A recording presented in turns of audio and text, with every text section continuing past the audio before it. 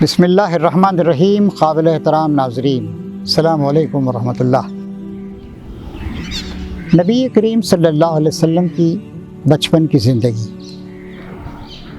8 سال سے زیادہ آپ کی عمر ہو چکی تھی.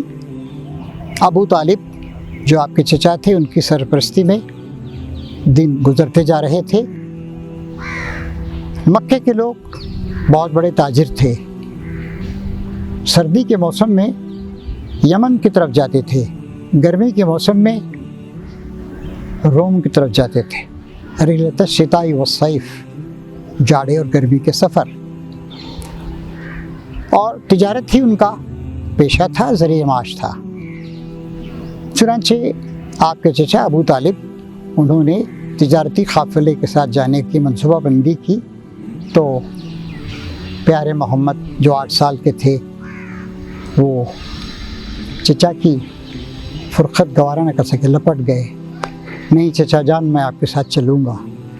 ٹھیک ہے، بچے کی درخواست کو قبول کر لیا گیا اور ان کو بھی ساتھ لے لیا گیا. چلو ٹھیک ہے، کچھ تجربہ ہو جائے گا، دیکھے گا کچھ. چنانچہ شام کے سفر پہ جب جا رہے تھے آپ، تو ایک جگہ پڑاؤ ڈالا گیا کچھ درختوں کی چھاؤں میں.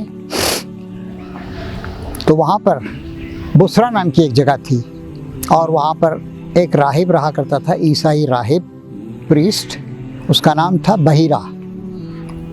چنانچہ ایک قافلہ جہاں پر پڑاؤ ڈالے ہوئے تھا، وہاں پر لوگ اپنے اپنے کاموں میں مصروف تھے، تھکن دور کر رہے تھے، کوئی دسترخوان بچھا رہا تھا.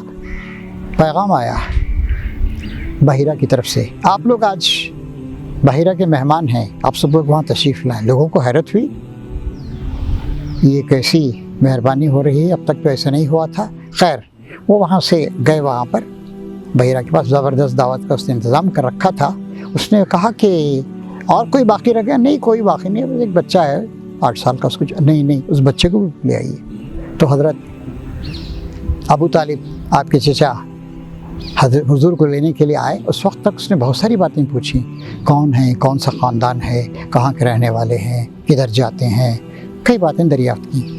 تو حضرت محمد صلی اللہ علیہ وسلم کو لے کر آئے. سب کو اچھے طریقے سے اس نے کھلایا پلایا، اور پھر رسول اللہ کے بارے میں بہت ساری باتیں پوچھی ہیں. بچہ کیسا ہے، اس کا مزاج کیسا ہے، اس کے اندر انکساری ہے نا، یہ اخلاق کا ایک اچھا مرقع معلوم ہوتا ہے نا. ہاں، اس کے چہرے بشرے سے معلوم ہوتا ہے کہ یہ بہت ہی اخلاق کا پیکر ہے. اور پھر اس کے بعد اس نے کہا کہ اس کا باپ کون ہے؟ آپ کے چچا ابو طالب نے کہا میں ہی اس کا باپ. نہیں، آپ اس کے باپ نہیں ہو سکتے ہیں. حیرت ہوئی یہ بات سن کر، چونک گئے.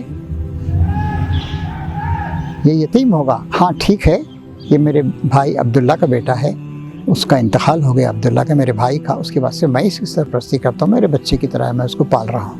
اچھا. اس کے بعد اس نے کہا میں تمہارے اس بچے کی آنکھوں میں شرافت کی روشنی دیکھتا ہوں، اس کی پیشانی پر خوش قسمتی کے ستارے کو چمکتا ہوا محسوس کرتا ہوں. یہ بہت بڑا آدمی بنے گا. ہاں دیکھو، اس کو ذرا یہودیوں سے محفوظ رکھنا. اگر انہیں معلوم ہو جائے کہ بچہ بعد میں چل کر کیا کچھ بن سکتا ہے، کیا کچھ بننے والا ہے، تو اس کے پیچھے پڑ جائیں گے. تو یہ سب باتیں سن کر حیرانی ہوئی. خیر، ایک بات آئی گئی ہوئی، قافلے کے ساتھ اور تجارت وغیرہ کی گئی، اور پھر شام سے واپس آ گئے. اس طریقے سے ایک عجیب واقعہ تھا. اس واقعے کا حوالہ دیتے ہوئے عیسائی، بہت سے عیسائیوں کے پریسٹ وغیرہ، جن کو اسلام سے مخاصمت و دشمنیوں کہتے ہیں، کہ رسول اللہ نے تو 8 سال کی عمر میں ساری باتیں اس بحیرہ راہب سے سیکھ لی تھی، جبکہ نبی کریم صلی اللہ علیہ وسلم پڑھے لکھے نہیں تھے، امی تھے، ناخواندہ تھے، ان لیٹرڈ تھے. اور قرآن شریف میں اللہ نے فرمایا الم یجدک یتیما فآویٰ ووجدک ضالا فہدیٰ ووجدک عائلا فاغنیٰ.